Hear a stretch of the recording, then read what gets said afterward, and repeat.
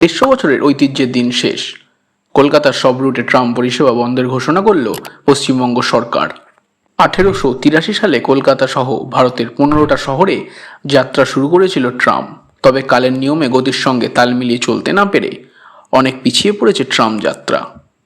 Tram যখন চালু হয়েছিল তখন গরুর গাড়ি চলতো, টানা রিক্সা ছিল। এখন অত্যাধুনিক ক্যাব, মেট্রো চালু হয়ে গিয়েছে, কিন্তু রাস্তা আগে যা ছিল তাই রয়েছে। নতুন করে রাস্তার কোনো পরিবর্তন হয়নি। কলকাতা ছাড়া বাকি সমস্ত শহরেই ইতিমধ্যে বন্ধ হয়ে গিয়েছে ট্রাম চলা।